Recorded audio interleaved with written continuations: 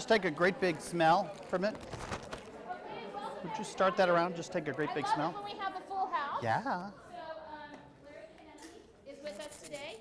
He is a chef. He's bringing us some delightful dishes today. A dish today. Dishes or dish? Dishes. Dishes today. This is counted as a still healthy. Remember that you are responsible for reporting your own still healthy. So go to mysigna.com if anybody's on our health insurance and wants to get that. And then I'll do a shameless plug for our next seminar. Our next seminar will be August 13th, and it will be on breast and ovarian cancer. So I haven't got a room book. I think I have a room book, but I'm not for sure what it is. But look for that as of Friday. You have less than 125 days to finish all your still healthy information to get that lower discount on your insurance. So make sure that you kind of start going. Okay? So without further ado, I will turn it over to Larry. Great, thank you very much. Good afternoon, everybody. Thank you for joining us here today. I appreciate it. My name is Chef Larry Canepa. I'm a certified culinary educator, which simply means that I spend a lot more time in the classroom than I actually do in the kitchen. I'm also a certified executive chef, which means I spend a lot of time in the office and not in the kitchen, writing menus and curriculum. I'm a certified Arizona teacher as well, so I'm a unique combination in the hospitality industry. Anybody spend time in the hospitality industry? Restaurants, bars, etc.? Good. Working, not drinking. Okay. This year marks a really, really important year for me. I celebrate 45 years in the hospitality industry, and I've been teaching for 15. So I was delighted when Tanya asked me to come out and visit with you today because happiness is so much a part of what we are and what we do. We all want to be happy because we've all been on the other side of it, right? So just a little reality check. How many of you are feeling happy today? Good, good. Anybody feeling a little angry? No? I think of it as more of grumpy to begin with. I want to set the mood for you. So today our topic is about mood foods, and you are much more engaged in science and medicine than I am. So in the interest of full disclosure, I am not a nutritionist. I'm not a dietitian. I've taught nutrition class, but my perspective from teaching and as a chef is from the senses. So up here, I just put a poster board, and this was a presentation I did 2 years ago for the Maricopa County Library District. And I do free lectures, food and culture. It's what I call foodtainment, and hopefully bringing people into the fold to demystify some of the things that they may be challenged about. This was the first one that kicked it off because what I realized is there were so many people that were engaged in food. We all have to eat. It's a wonderful process, and it's a wonderful opportunity for us to come together. But people felt, I need to make some changes, and we are what we eat. Let food be thy medicine, and medicine be thy food. You guys know this, I'm sure. Who said it? Hippocrates. How long ago? Long time. At least 2,000 years ago, and we're still trying to struggle with it. It's very challenging because McDonald's is telling you, come to McDonald's at sunshine and enjoy a breakfast burrito. Have you seen the new commercial? Yeah. And enjoy a Coke any size for just 89 cents. They're not helping us. They are not helping us. That's the enemy to begin with. So this lecture came out of the fact that what am I supposed to eat? Am I supposed to drink coffee? Coffee's good for me. No, it's bad for you. Should I be drinking green tea? Yes, yes, and still yes. The Chinese have been doing it for 7,000 years. I want to trust them on that. Fresh fruit, yes. Fresh vegetables, yes. Grains, yes. Greens, yes. This, probably not so much. Anybody a full-on vegetarian yet? Okay. Anybody a vegan? Yes. Anybody a flexitarian? What is that? Right. Is this some new strange political group that I am not familiar with here? Flexitarian is what I consider myself, and I give up meat 2, 3, 4 times a week. I'm actually up to about 5 now. And it started several years ago when I was teaching at the Scottsdale Culinary Institute, and I realized that vegetarianism was becoming really popular in culture. And we did not have a course. Most culinary classes don't teach a very good vegetarian course. So I approached my program director and I said, we really need to start addressing this. He said, well, where are we going to put it? I said, we need to have it as a whole course. And he said, well, we don't have any vegetarians on staff. I said, well, I'll do it. And meat was getting very expensive at that time. I wasn't a big beef eater to begin with. I said, I can do it. And I found that I really, really liked it. So I am not here to tell you to eat this exclusively or not eat this exclusively. I don't want you to consist on kale and almond milk and give up leather goods and give up your Chanel purse that's made from leather, right? I don't want you to hug every tree that you see and adopt every stray cat out there. I'm a chef, so I come from a sensory perspective. And that led into this one. So when I was doing a lecture for kids, so many kids today are suffering from special needs in school. I've taught in the elementary schools as well. Nearly 20% of our students now are considered special needs. It's got to be our body. So those of you that are AARP card members like I am, for us it's not too late. For our grandparents, maybe, but we can always make changes to begin with. Don't try to do it all at once. No miracle diet is going to do it for you. I'm 56 years old and I have seen every diet. I've seen the grapefruit diet, the cabbage diet, the donut diet. Yes, it existed. The chocolate diet. Yes, it existed. All the candies, all the supplements and that type of thing. And you know as well as I do that the only thing that's going to work is what our parents knew and our grandparents and our great-grandparents. That's moderation. Eat the things that you really enjoy. These are wonderful things that we've been given that we can share with each other. Just let's try to identify exactly what they are. So to get kids into that fold, I realized we need a hook for them to begin with, because they are making it, they meaning the food producers and restaurant chains, and I'll take full responsibility. When I have a group of youngsters and parents, I say, I will take full responsibility for what we have done to your food. I'm standing here as a chef, okay. We've processed your food to within an inch of its life. Does that look anything like a cow? No, it absolutely does not. Does this look anything like a pig? No, okay? But we're still using these products, and we're introducing our kids to them in extremes. This is one food I definitely want you to have. Anybody know what this is? This is matcha. Matcha, I do a whole presentation on tea. It's really fun. Maybe we'll come back and do that. Tea is an ancient beverage. I definitely want you to include it into your diet and your wellness because it's soothing, it's relaxing, it's all that stuff as well. But this is the product I really like. So it's pure powdered green tea. It's the first pressing of it. It's very, very high in antioxidants. It's got massive amounts of caffeine, relatively speaking. It's delicious. I start every day with it. That's the tea they use in the Japanese tea ceremony. Okay.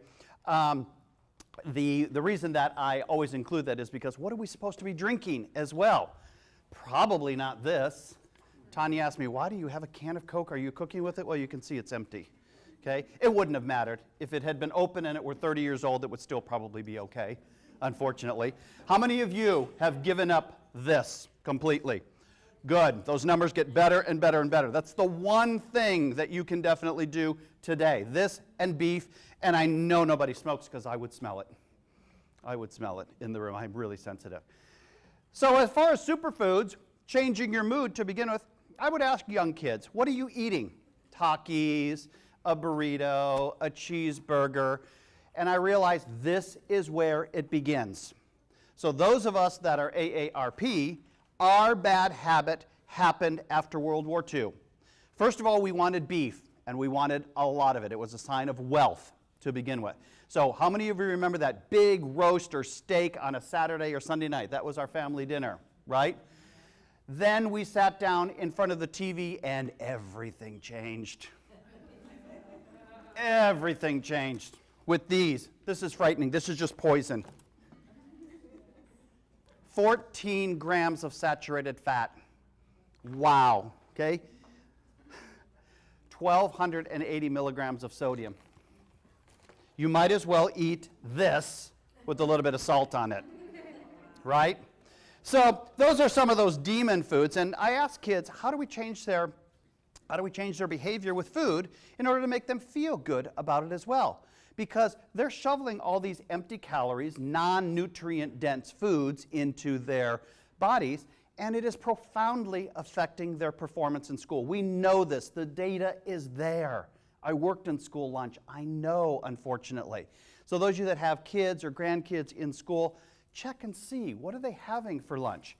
So I encourage them, which is where we're going to go with it, tap into your senses. And we have 5 superpowers, just like superheroes. We have our sense of sight. If the food looks good, we're probably going to want it, which is why so much food we are attracted to, because it looks good. It's appealing to begin with. How many of you don't want anything to do with fish, no matter what color, what ocean, sea, stream, or whatever it came into, okay? How many of you want nothing to do with tofu? Wow, interesting. We were talking about this just before you came in. Tofu is all about texture. It has no color. It's basically colorless. It really is tasteless to begin with. It really doesn't have much of an aroma. The only thing it has going for it, and it's not particularly positive, is texture, our 5 senses. So this is the deal I want you to make with yourself and the people you cook for and the people that cook for you. If they're not hitting at least 3 of your senses, that's not eating. That's not eating. Just take a dietary supplement at that point. To make food look good is easy. It's easy. Just arrange it. Look at all the cookbooks that are out there. I encourage my culinary students, buy cookbooks that have more written than pictures, all right? But that's a great inspiration. How do they get those pictures to look so beautiful on the cover of Bon Appetit magazine? Most of the time, you don't want to know. You really don't. I guarantee you every picture that you have ever seen of ice cream is lard colored, okay? Because it's got to sit under those lights when they're photograph it. Making food look good is easy. Making it smell good is fairly easy as well. Follow the recipe. So I've got some other things that are coming around. You've probably smelled them, the little containers. What's in them, by the way? What's this one? That was nutmeg. How many of you had an instantaneous rush back to your childhood or a good memory? Did anybody have a negative memory? Pumpkin pie memory or anything like that? No? All right, good. How about the other one? Cloves. Anyone have a positive memory for this? Where are my dental students? Do you have any dental people? Okay. Yeah, we used to use this. It used to be very popular. The clove oil as an anesthetic to begin with, which is ironic because if you get one of these stuck in your gum, we're going to need to see the dentist, right? Yeah, so we use those around Thanksgiving.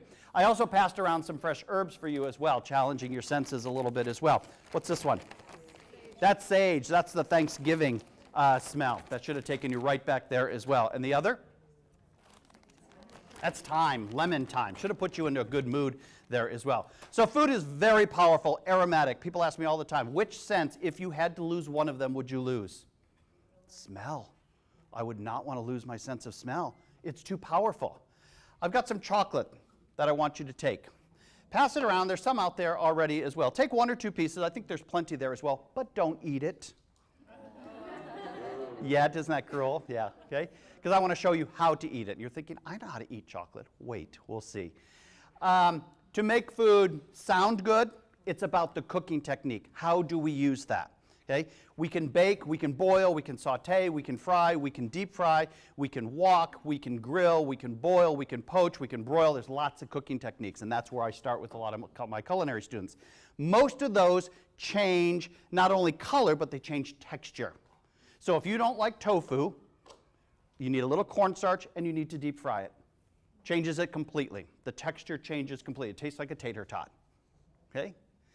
To make food sound good, choose the right cooking technique. I can tell when my French fries are being cooked just by the sound of it, right? Can anybody tell when your pizza is done just by the sound of it? Probably not, until the smoke alarm goes off, right? So we don't pay a lot of attention to that, but I want you to pay attention to the sound because sound can be very, very soothing. Food, to me, a meal is like a symphony. We sit in our chairs, we get comfortable, you've bought a beautiful dress, you're in your tuxedo, you paid for the babysitter, and ba-ba-ba-bam, the overture, right? And you're all excited, your mood changes, there's this anticipatory aspect that's coming to it. And then we get the middle of it, la, la, la, la, la, whatever it is. And then we get the end of it with the cannons and the bells, the 1812 overture, for instance, right? And that's exactly like a meal.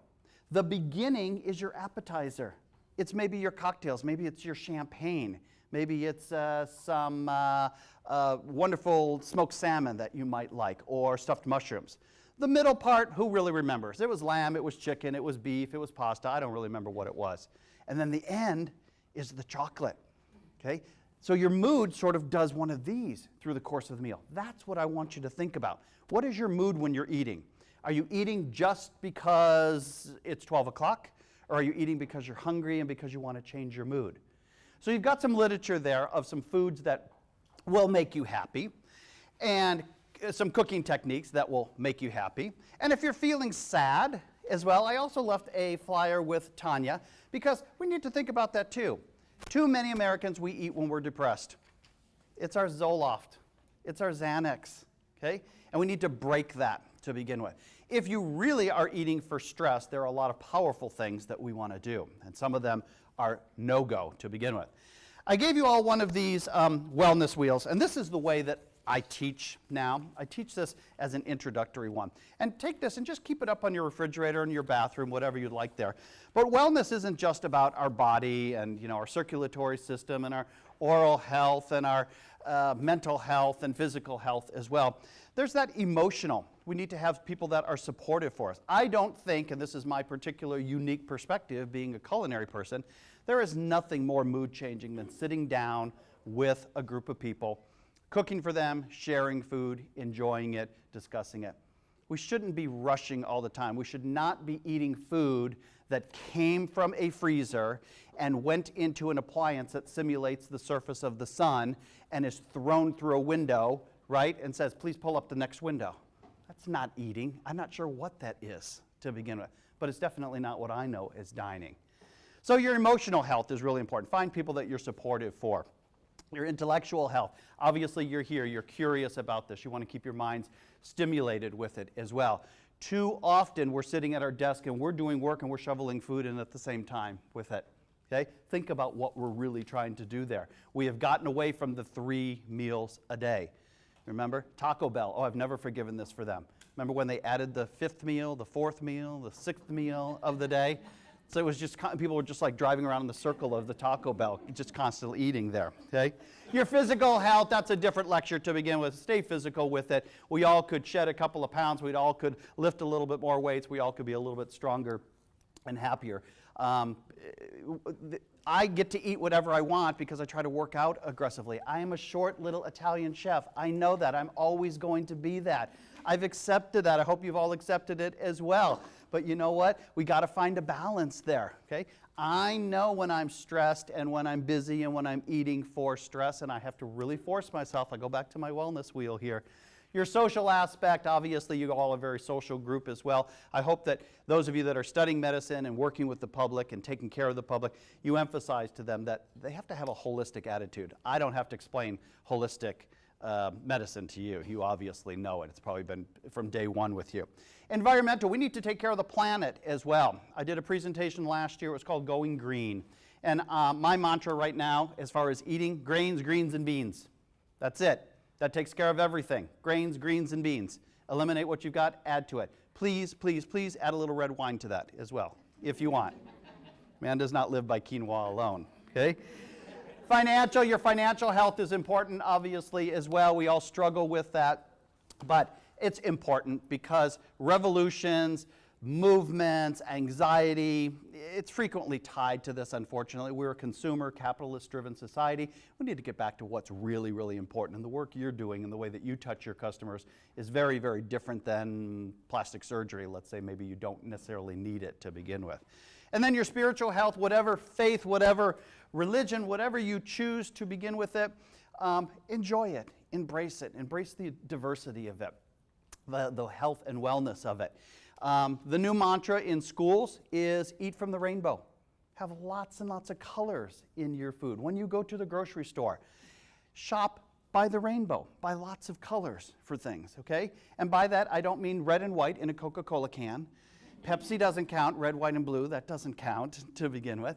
How many of you love to grocery shop? Oh, fewer than I expected. I love to grocery shop, but I'm a culinary educator, so I'm constantly researching. I'm looking at the top shelf, I'm looking down at the bottom, what's on sale, what's on special, what's new, what's trending, what's interesting, what's fading away. The organic section, the grain section, the green section is getting bigger and bigger and bigger. Don't fight the kale, okay? Embrace it. How many of you don't want anything to do with kale? All right, I get it. What is it about kale that you don't like? Let's use our superhero words. The taste, the texture, the smell, the aroma. Everything. Okay? Can't have it for you. I have young kids tell me this all the time. They're going to have kale. If you don't like kale, that's okay. There's green peppers, there's snap peas, there's asparagus, there's spinach, there's collard greens. Those of you that are on the kale bandwagon, where are you? How many of you are enjoying kale? All right, good. Wait till you see what we're going to bring to you next as far as what's trend. If you thought kale was aggressive and mean and bitter, wait. Collard greens are coming at you next. Okay? These are mean, angry, fibrous. This is intense. It's how do we cook it to begin with, okay? So don't fight it offhand. Just find one that works for you as well. So I was thinking, okay, what's the ultimate comfort food? When you think about comfort food, what is that food that makes you really happy? Anybody? Chocolate. You go to chocolate, right? Does everyone have a piece of chocolate now? All right, good. This is what I want you to do. So if we hold our nose, we lose all of our sense of taste. It's amazing. It's why you can sit in the dentist chair for so long and be able to function with it, right? If you don't have your sense of smell, you can't really enjoy the meal. So what I want you to do is take that piece of chocolate. This is 86% cocoa, okay? It's very high. We now know that dark chocolate is a mood elevator. We know that. Ladies, we believe you, okay? For 50 years, honey, if I don't get a piece of chocolate right now, there is going to be something violent happening. We get it. We understand, okay? But what we don't understand is, why is that working? Well, it's releasing dopamine. It stimulates some serotonin to begin with. So what I want you to do is chew it. Don't swallow it. Let your body temperature and the chocolate come to an equilibrium, okay? So that was in the freezer. Otherwise, it would have melted on the way because it's high cocoa to begin with, okay? Then after it's macerated in your mouth, I just want you to move it all over your palate and then take a big deep breath through your nose. I want you to smell it right in here. And you're smelling the nuances of that. You're smelling a little bit of that fruitiness. You're smelling the smokiness. There's this continuum of flavors and aromas that happen in there to begin with. Let it sit there. Let it just come to your body temperature and realize how it's changing your mood. I wish you could see what I see because so many people are smiling right now. I know it was a small piece. That's why I brought more. That's why I brought more. Yeah. Chocolate is an amazing, wonderful, historic product. It's great, but it needed, this is the great thing about it, it's ugly looking in its natural form, the cocoa. The cocoa pod, it's about this big, it looks like a brown Nerf ball, and you open it up and it's a spider webby, mucusy, sticky, cotton candy kind of thing. And then inside of it are these little tiny nibs there. That's what we use. Somebody, the Aztecs, decided, let's grind this up. Let's roast it. And then it wasn't until much later that we said, let's put some sugar with it to begin with. Then we went on the downward slide with it to begin with because we love sugar. Sugar is a mood depressor, okay? Same way that caffeine is a mood depressor. But you're saying, wait, caffeine makes me feel good. Yes, but at what cost? How many of you are coffee drinkers? How many of you are addicted? How do you know? We could find out real easily tomorrow when I take it away from you, right? You're going to get an instantaneous headache. Caffeine is a vasodilator. It opens up your blood vessels. So your blood flows more freely. We have more blood vessels in our brain. Although I taught high school, sometimes I wondered. So caffeine goes into your system very quickly in coffee, leaves you there for a very short period of time, and then drops you like a rock, right? Tea is different. The caffeine in tea goes into your system very gently, keeps you there for a nice long time, and leaves your system very slowly. So if you're looking for an all-day mood elevator, probably you should be moving to tea, green tea in particular. Anybody go to Starbucks? Yes, I see a couple of them here. The most popular drink at Starbucks is their chai. Interesting, which is really a tea beverage to begin with. It has the most amount of caffeine of any drink that Starbucks sells. People are thinking, well, I'm drinking chai. I shouldn't have this caffeine buzz. Yeah, okay. There are all these hidden things in there as well. So you have a list in there of some of those food and those mood elevators and things like that. And we'll go through some of them. Some of the foods to eat when you're feeling blue to begin with, and this happens to all of us. So we're talking about some medical things here. So, you know, regularity is really, really important. Anybody out there that agrees with that? Okay. You know, grains, greens, and beans are going to get you there in your high fiber to begin with. You know, it's nature's way of saying, I'm taking care of everything here for you to begin with. I know you've got spinach in your teeth and you've got kale stuck in your teeth, and you might not like the after effects of asparagus, but you know what? It's doing what it's supposed to, right? And I left this extra one up there for you as well. There's one food in particular that I'm really, really fond of. Smell. You may not know what that is. Yeah, we don't have enough of those, so we'll send everything out electronic afterwards. Good. Okay? So, This is what chefs love to indulge themselves in. That's what $500 worth of saffron looks like. I can smell it from here, okay? Saffron has been shown to be a mood elevator. Well, it's about 5 times as expensive as the best antidepressant in the market, unfortunately. So if we could get this covered under healthcare, I'd be really happy to begin with, okay?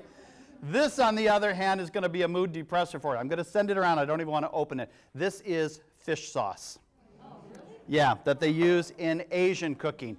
Instantaneously takes me back to very, very bad memories. We are the product of our food and the food that we eat. Let me give you an example. How many of you have ever spent $20 on dinner? Keep your hands up. 50. 100. The whole meal. Yeah, everything. Everything. 500. No, total. 1,000. I've done it twice. I did it on my 40th birthday, I did it on my 50th birthday. So my friends, they know that they can't cook for me. I'm not a difficult chef. All I want is, I want it prepared well, I want it presented hot, I don't want any hairs in my food, I don't want any thumbprints in my mashed potatoes, right? And just, I'm really very, very easy to go out and eat. And they said, we want to take you out for dinner. Where do you want to go? Easy, San Francisco. It's one of the greatest food cities in the world. So we get everybody in. I said, I'll pay for the tickets and the hotel. So we gathered 6 of my best friends, and we went to San Francisco for the weekend. Now, you know, San Francisco is an expensive city, but it has amazing food. They said, okay, fine. So I made the reservation, walked into one of my favorite restaurants, 5-star restaurant. It's always been expensive. It's always been fantastic, but it's your birthday, right? So we walk in. The maitre d' says, hello, chef. Nice to see you. Welcome. He's got a bottle of champagne for us. Okay, very nice. So we sit down, we have a round of drinks after that. Then we go into the restaurant, and then we order some appetizers. Got some oysters, some salmon, some stuffed mushrooms, etc. Okay. Then we have our salad. Beautiful Caesar salad prepared tableside, wilted spinach salad with a little bit of prosciutto and a sherry vinaigrette. Then we have our fish course. Okay, brings out a whole fish, carves it tableside, serves it with a beautiful white sauce, some fresh capers on there. Then we have our palate cleanser, what looks like ice cream, right? Okay, sorbet to cleanse your palate. Then we have a bottle of white wine to accompany that. Then when our dinner finally arrives, we order a bottle of red wine. At this point, we're not feeling any pain, right? And I don't remember what it was. Remember, it's in the middle of the symphony. Could have been lamb, probably. Might have been something exotic. And then we had dessert. We had some soufflés. We had the chocolate. Those are the cannons going off again, so your mood is elevated once again. Then we had a cheese course. He brought out this beautiful cheese cart, and I love blue cheese, which puts me into an interesting mood. And then we had some after-dinner drinks. Then he came out and he brought us another bottle of champagne. So you're thinking, oh my God, these people must be bombed at this point. No, because it was a nice long meal with friends. So here's the question I ask you. Within 24 to 48 hours, depending on your digestion, what do you have left? Memory. Good. Someone usually says nothing, and actually we have exactly the opposite. The opposite of nothing is something that is no one can take from us, that we will always have short of a brain injury, and that's memories. That's what I sell. That's what any restaurant person is selling you to begin with. And those memories are intricately connected to your moods to begin with. How many of you were tasting that food, by the way? Yeah, put you into a good mood there. I didn't tell you about the tofu course. Okay. Mood is a very, very interesting thing. It can shift very, very quickly. Food can really put you into an interesting place. Texture, aroma, taste, the sound of food, the sight of the food, it's really important. So think about that. So I thought about, what is that comfort food? Anybody, what is that comfort food for you? When you think comfort food? Say it again. Mac and cheese. Mac and cheese, good. What else? Chocolate, right. Mexican food is a comfort food. Interesting, okay. What is it for you? Oh, popcorn, my least favorite food in the entire world. I know. See, it just put me into a depressed mood there as well. Yeah, I hate everything about it. I hate everything about popcorn. Anybody else? Eggs, interesting. Okay, I can't have eggs. I had to get my own chickens because now I can eat free-range chickens and no problem with them. Still looking for one other. Ice cream? Yes, good. Chips. I know chips are my downfall to begin with, but they put me into a bad mood. I have a lot of Catholic guilt that I carry when I open up a bag of Lay's. I really do. And that's okay. That's okay, right? I was thinking mashed potatoes, right? Okay, so how do we take our mashed potatoes, which we have guilty conscience about to begin with, and how do we make them a mood elevator, and how do we make them a little more interesting? Well, we spice it up. So I made you some chipotle mashed potatoes today, but what I'm going to make now for us is a stir fry, because stir fry for me gives me everything that I need. Absolutely everything. It gives me color, it gives me texture, it gives me flavor, it gives me just about everything I want. I've got my favorite wok here to begin with. Everyone own a wok? Get one. They're great fun to begin with, okay? I'm going to put a little chili oil in it. This is a chili and sesame oil to begin with, okay? Very, very nice. It's well used. I'll pass it around. You're welcome to taste it if you want, but remember, it's got a little kick to it. All right. I need some aromatics, because remember, we're talking about senses, right? Colors going to take care of themselves. Everything is very colorful here. I've got different color peppers, I've got onions, I've got some scallions, etc. Okay, we better do it all. Okay, I think we better do it all. Okay, saute my onions. Immediately, we're going to go from this beautiful white color here, right? Raw onions, I don't particularly care for. Okay, they have just a very astringent flavor to me. They always taste like bad onion rings to begin with. So I use white onions, and when I saute them or when I caramelize onions, it's really different. How many of you are not real fond of garlic? Raw garlic. I'm not. I'm Sicilian to begin with. But when I discovered in my 30s how to roast garlic, changed my world. It's amazing. Okay. Onions, the same thing. So I'm just sauteing these a little bit here, because eventually what we're going to get to is a stir fry. Some peppers, red peppers, yellow peppers, green peppers here. Lots and lots of color going on here, right? Okay. You could smell this probably already. You're probably smelling some of that chili oil going on in there to begin with, okay? And I also made you some Tajiki sauce, because it's cool and refreshing, and it's fun to say, and it's 86 points in Scrabble. Okay, so Tajiki sauce is yogurt, Greek yogurt. It's fresh dill that I pulled from the garden, cucumbers, a little bit of lemon juice, and a little bit of garlic in there as well. Go with some carrots there as well, okay? So all I'm doing is just sauteing this up here a little bit. So I've got at least 3 things going on here with my senses. My mood is already feeling better, because A, I love wok cooking to begin with. You said you like eggs. Have you ever cooked it in a wok? Oh, they're amazing. They're just so simple, because a wok is, what it does is it provides you all these wonderful cooking techniques. It's interactive, it's very visual, you're hearing it. I know what's going on, right, with that. The flavors that you get in it, because you can control different temperatures there to begin with, okay? So, just sauteed a little bit here until we're sort of light on it, okay? Everyone okay with mushrooms? Yeah. Okay, good. Okay. Adds a different flavor, different aroma to begin with, okay? Here we are on a Friday afternoon having stir fry, okay?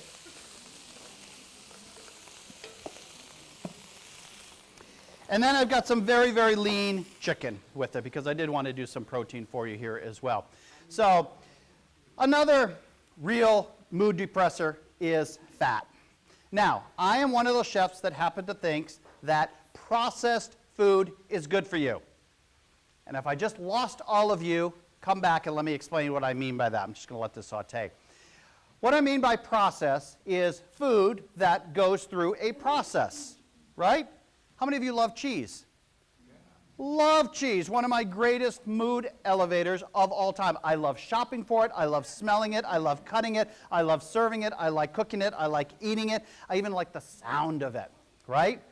But cheese is a dairy product, and there are some people at the real extreme that will say, oh no, cheese is bad for you, it's a dairy product, you need to give up all cheese. No, I don't happen to believe that, okay? Love cheese, it's absolutely great, okay? And when I enjoy cheese, that's a mood elevator for me to begin with, okay? All right, massive amounts of color going on here, right? Okay, I'm going to add the chicken, just move the vegetables off to the side here. Already pre-cut, okay? I use just a little bit of ponzu with this, okay? And ponzu is essentially, there's lemon and there's lime. It's a lemon or lime scented soy sauce to begin with. You've got a little sodium in there, okay? I understand that, okay? But what I mean by process is cheese is a process. It doesn't come out of the cow looking like Velveeta, thank God, right? Certainly doesn't look like the can to begin with, but we have to go through a process. We have to milk the cow, which they love to do twice a day, right? We have to transform it, we have to change it, we have to put it in molds, we have to store it and age it. Ham, bacon is a process, okay? We gotta love the pig and watch it squeal and take care of it, and then it lovingly gives itself up and becomes bacon, right? I think if I were a pig, the highest self-actualization that I could hope for on Maslow's scale is to become bacon, right? Okay? But bacon is bad for us, we know that, but it's a process, right? Okay? Cooking is a process. Now, when we talk about further process, potato chips, chicken pot pies, shelf-stable condiments, and that type of thing, these are mood depressors to begin with. Be aware of that. So I'm going to ask you a question that I asked my culinary students on day one, and I asked them on the last day of school as well. What is the definition of cooking? Anybody? What is cooking? Yes. Okay. So in other words, in my book, when you don't be mad at me, anybody, but when you heat up the corn dog in the microwave and put it on the napkin and put it in the There are thousands and thousands of master chefs in Asia that would disagree with you. Okay. Sushi. It's the highest elevated form of cooking, all right? Chinese cooking and Japanese cooking are different in the same way that French cooking is completely different than Italian cooking, all right? Chinese cooking is all about what? Anybody? Think Kung Pao chicken, layers and layers and layers and layers of flavors, layers and layers and layers of texture, layers and layers and layers of different moods, spicy with the sweet, the crunchy with the soft, etc. Okay, very complicated. Think soy sauce. It's very complicated. Whereas Japanese cuisine, fish, table, dinner. It's very simple. In the same way that French cooking is different than Italian cooking. How many Italians out there? Right, okay. What is Italian cooking? It's all about abbondanza, abundance. Pick it fresh, cook it, serve it, and make sure there's a lot of it. French cooking, we must spend weeks and months and days making this beautiful preparation. All right? The wedding cake is the example of that. Okay, there's something called a Croquembouche, stupidest thing ever designed. So you all know cream puffs, right? About this big, you make a pâte à choux, pretty simple. Okay, then you bake them and then you fill them. Then the French take it and build this beautiful thing that looks like a Christmas tree. Well, that would be beautiful enough. Then they take spun sugar and put it on this thing. You can't eat it. It's messy. It's sticky. It's like cotton candy and honey got together. It's horrible. But the French, they spend all their time on preparation and presentation, okay? So, That's possibly one definition. Give me another now that you've thought about it. What is cooking? You're on the right track. Yes.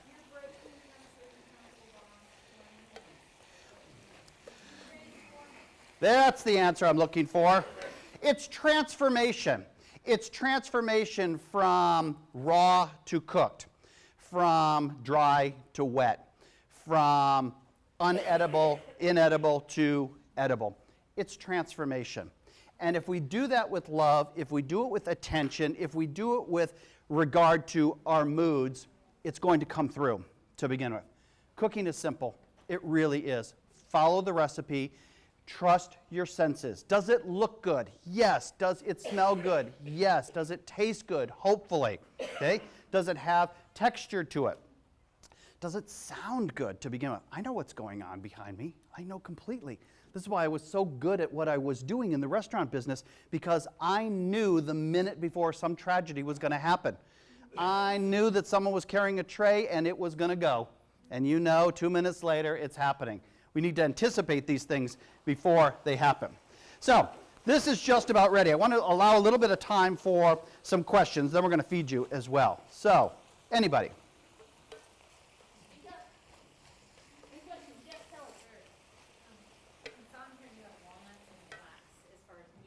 Yes. Yes, I would stay away from macadamia nuts because they're high in fat. Okay, we need a little bit of fat. We all know that in our diet. Fat is good for our brain, not so good for here. But the right kind of fats to begin with. So, how many of you are bakers? Okay. Anybody go through more than a pound of butter a year? You're all going, yeah. I don't, but I'm not a baker. I don't understand baking. Baking is a transformation that I never got, like chemistry. I can understand black holes, I can get physics, trigonometry. Does anybody have to take trigonometry? Okay. I had a trigonometry teacher in high school. Still keeping correspondence with her years later, and every year I write her what's going on and what's happening. And then P.S., by the way, I still don't need trigonometry. Okay? Yeah, I know. Okay? So there are different foods that I think are better for you to begin with. Nuts and seeds, yes, unless you have diverticulitis. You got a problem. If you don't like the high fat content of the nuts that you're using, that's fine. There's something called GORP, good old raisins and peanuts, right? Trail mix, perfectly fine. Granola, we thought granola was the panacea. It was the miracle drug of the 80s. Guess what? It was really, really high in fat was the problem. So we're always going to have the good, the bad, and the ugly with all of our foods. Flaxseed, I love flaxseed. Absolutely love it. I sneak it into chocolate brownies. Mood elevator from the chocolate, flaxseed for digestion. Sometimes you can combine them. Good. Sir? What about sous vide preparation? Sous vide, let me tell you what sous vide. Sous vide is a fairly new concept. Basically what we're doing is we're cooking food to within about 95% of its finished state, and we're vacuum sealing it. Space age food, NASA food, basically, sort of, that we're looking at. It's great. It's a great way to do it if you want to go through the process. I like my food fresh, freshly prepared. That's why I chose this one, because it all comes together so quickly for us, right? Yes, it's fine. Just make sure that sous vide doesn't have Marie Callender stamp on it, or Taco Bell stamp on it, or something else. Because what we have done is we've taken out all the good stuff. Again, I apologize on behalf of the entire food business, and we've replaced it with all bad stuff. Salts, preservatives, trans fats. Trans fats are gone, right? They're gone. Okay, we're not going to have them anymore, which means that the shelf life of your food products that you love is going to be much shorter. And the secondary thing, I am much more concerned about what is going to come out of some chemist lab instead of trans fat. I suspect it's going to be a lot worse, tell you the truth, right? It's ugly. Yes? Saffron. Saffron is just this beautiful, beautiful product. It is the world's most expensive spice because of the way it's harvested. Talk about beauty in food. Comes from a crocus about this big. The best in the world comes from 3 places that we can't get it. Afghanistan, Iran. We can get it from Spain now, to begin with. Some comes out of Mexico. They're actually trying to grow some of the Desert Botanical Garden, but they're very hard to grow. Small, purple flower. The stems, the stamens, the reproductive organs, have to be picked individually and then dried. The secret to saffron is you must let it bloom. So put it in some hot water, some wine, some liquid, some stock, whatever you're using in your dish, because it will bring flavor, aroma, color. You're hitting at least 3 of them, right? It's beautiful. It's great. Turmeric is probably on that list also somewhere. How many of you have gotten on the turmeric bandwagon? Yeah. No harm with it. It looks like this a little bit. This is ginger. Mood elevator, that's for sure. Come on up and smell this to begin with. Turmeric is a little bit smaller than this. It has a very distinctive orange color. It's what they use in curries. They use it in fabrics for many, many times. You have to eat a lot of these. If you think any one product is going to do it for you, it's not. You would have to eat so much of it that you could be in real trouble. And this is that French paradox about 20, 30 years ago now, that some scientists realized that the French were much thinner, they had less coronary problems, they were healthier, high blood pressure was lower. Somebody said, oh, it must be the red wine. Okay? Well, we weren't a red wine drinking culture at that point, so everyone started drinking red wine. Interestingly enough, we've gone back and we've done the study again. In fact, it is true, but the incidence of alcoholism went up a little tiny bit following this study, right? Moderation. You would have to drink so much red wine to get the benefits that they asserted in this study, demon foods, right? That you'd be joining us at 2 o'clock on a Tuesday afternoon and saying, hi, my name is Larry and I'm an alcoholic. You got to balance it to begin with. Okay, balance your food for mood elevators. Sir? The demon foods. Yes. I see you include tomatoes and eggplants, and I've heard some about this in the past. Would that affect Italian cooking? I put that on because when tomatoes were first introduced, they were considered a demon food. And the Europeans didn't like them very much. They thought they were poisonous to begin with. Tomatoes are very, very good, particularly for us men, because we have found some very, very good effects for staving off prostate cancer and things like that. But it's about moderation, and it's in can form, interestingly enough. The beneficial effects of tomatoes usually in canned, okay, as opposed to fresh. A real tomato has almost no nutritional value. It's mostly water to begin with. No, ketchup does not count. Okay? Get rid of it. Get rid of it. About 30 years ago, something replaced ketchup as America's favorite condiment. Anybody know what it is? Salsa, right. And salsa just got bumped from that position by something brand new this year? No. America's favorite new condiment? Sriracha. Sriracha. If you haven't discovered sriracha, go out today and get yourself a bottle. It's fantastic. You'll throw out your Tabasco and everything else there as well. Okay? All right. Question still, because we're ready to eat here. Yes. Yes. What's your opinion on gluten? Gluten. I am gluten and allergy ServSafe certified, so I understand that there are what we call the big 8 products that are potential food allergens. That includes fish, shellfish, eggs, dairy, soy, gluten, dairy, and nuts, right? I think I got them all. There are people that have genuine problem with gluten. It's real for them, celiac disease. There are others because they read it in a doctor's office, in Women's Day magazine, or they saw an article on Fox News, or they saw it on Dr. Oz or that type of thing. I'm not doing gluten. No, gluten is toxic. Gluten's a demon food. It's a choice. It's a choice. Is it on the rise? Yes, it is. But so is peanut allergy. That one man created. Yeah, we're seeing more and more kids. When was the last time you had peanuts on a plane? Right? Southwest. I know, it's crazy. They're still doing this. I wonder. It's amazing. Yeah. Okay. Now it's pretzels. Yeah. And it's such a huge portion. How could you ever get through that? So on this, what are the demon foods again?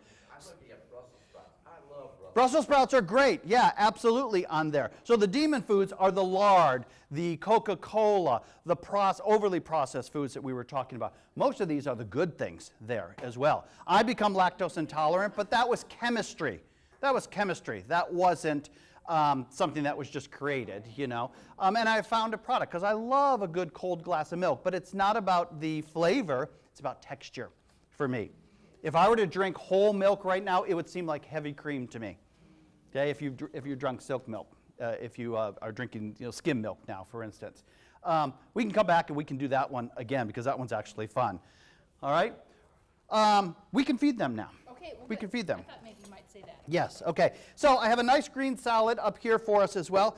This scary looking thing is a Matcha Tea Vinaigrette.